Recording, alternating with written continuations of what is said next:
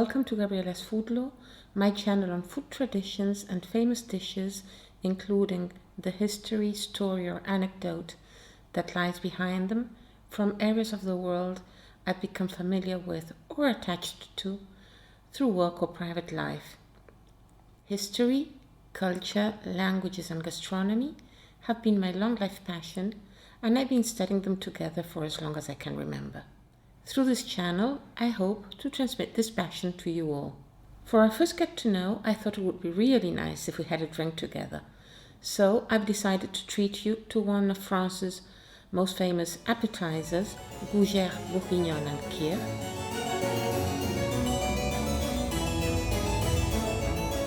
Many countries have different versions of cheese breads on puffs. Gougère is the most famous version of these in France. Quick and easy to make, they may be presented in several ways. They are a versatile option, adequate both for informal or formal atmospheres. You can decide to have them as an appetizer in individual puffs, and this is the version I've decided to bake today. Or you can also have them as a starter. Either a single dough baked in a ring mold and then, once unmolded, presented at the table in a nice serving dish. Or you could also choose to bake your puffs in a circle shape so that when they increase in volume in the oven, they stick to each other in a crown shape, and then again this could be taken to the table. So, what hides behind the dish? Chou pastry is a staple recipe for many preparations, ranging from appetizers to desserts. So as such, you can have it warm at room temperature or cold, depending on the recipe you have in mind. In this recipe, I'm using it for a savory appetizer. Chou pastry is an old recipe, possibly presented at the French court by one of Catherine de Médicis' cooks when she arrived in France in 1533. So, this makes the recipe around 500 years old. In a nutshell, Catherine was to marry Henry, who at the time was Duke of Orleans, and King Francis I's second son. However, the king's first son died in 1536, and Henry became heir to the throne, and then king, after his father died. Catherine, Queen of France, had a relevance she wouldn't have otherwise had, and this included the food that was served at the court. With few modifications, the recipe has arrived to this day. As for gougère, the origin of the word is hard to define.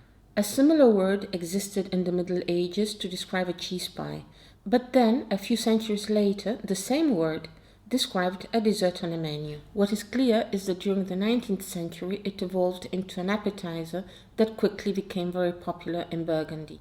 And that is what bourguignon means, from Burgundy, a region to the center-east of France, whose administrative capital is Dijon, also famous for its blackcurrant liquor.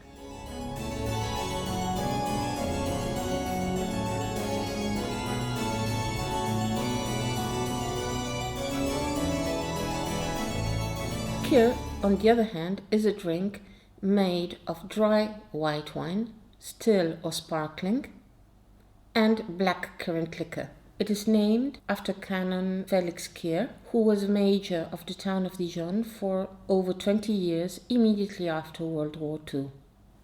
Blackcurrant had arrived in France as early as the 16th century, but in the beginning it had only been used for its healing properties, essentially by brewing the leaves of the plant. In 1841, Mr. Lagoutte, a liquor producer from Dijon, decided to use the fruit instead to produce the recipe for a new liquor. It quickly became a success, and by the beginning of the 20th century, it had been associated to white wine and what was called a blanc cassis, white wine with blackcurrant liquor, had become a popular drink in the area. This drink was also adopted by the local authorities, who find it both less expensive than champagne to serve at official receptions, but also interesting because it actually consisted of two locally produced drinks, white wine and blackcurrant liquor. By the time Canon Kir became mayor of Dijon and a member of the French Parliament, the drink had been popular for decades. He really fancied it and had been proposing it to his own guests for a long time. When he traveled to Paris by train, he used to propose it to his fellow travelers and once arrived to his political contacts. So, by 1951, he had become so connected to the drink, to all those who knew him, that he ended up writing a letter to les Gouges, authorizing them to use his name to promote the Blanc Cassis in the way they thought most appropriate. So, the following year, Kir was officially registered as a cocktail brand by les Gouges. A few years later, however, Canon Kir wrote a letter to another liquor producer saying that he had never intended his authorization to be a monopoly because he didn't want to discriminate among producers and that he had nothing against other producers of the region using his name too to promote the Blanc Cassis. But of course, by this time, the brands Kir and Kir Royal had already been registered by les Gouges, so there was a conflict and the case ended up in courts in the 1980s and 1990s. When the verdict finally came out, it did grant les Gouges the exclusivity of the brand. But of course, many people are unaware of the verdict, and in everyday life, a French person will call a Kir a standard cocktail prepared with white wine, dry white wine, whether still or sparkling, and blackcurrant liquor. Again, by this brand, by other brands, there are excellent brands of blackcurrant liquor in Burgundy, or even you can prepare your own if you have homemade blackcurrant liquor as well.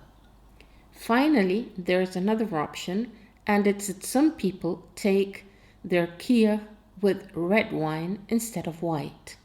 In this case, it's called a cardinal or a communard, depending on whether the red wine is from Bordeaux, in which case it's called a cardinal, or from Burgundy, in which case it's called a communard. But on occasions, the use of one name or the other may in fact reflect the political or religious affiliation of the person who's taking the drink. Let me explain this. In 1871, there was a revolution in Paris. It was called La Commune, so communard. You're starting to see a link there. And what happened was that its purpose was to try to pursue some of the reforms that had been started by the French Revolution in 1789.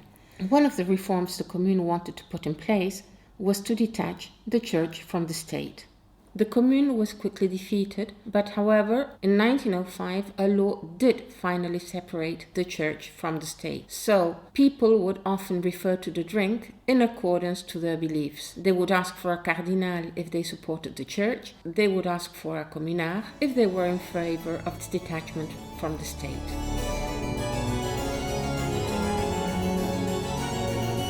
So, the cocktail is prepared either with a white still dry wine or with a white sparkling one, either a crémant or a champagne. The proportions of the drink generally vary from 1/3 to 1/5 of liquor and 2/3 to 4/5 of white wine or champagne, depending on how sweet you like your drink to be. And it generally is served in flutes for the Kir and Kir Royal version, and in standard wine glasses for the cardinal or communard versions. In case you use champagne, remember that your champagne should be dry as well. Blackcurrant liquor is already sweet enough.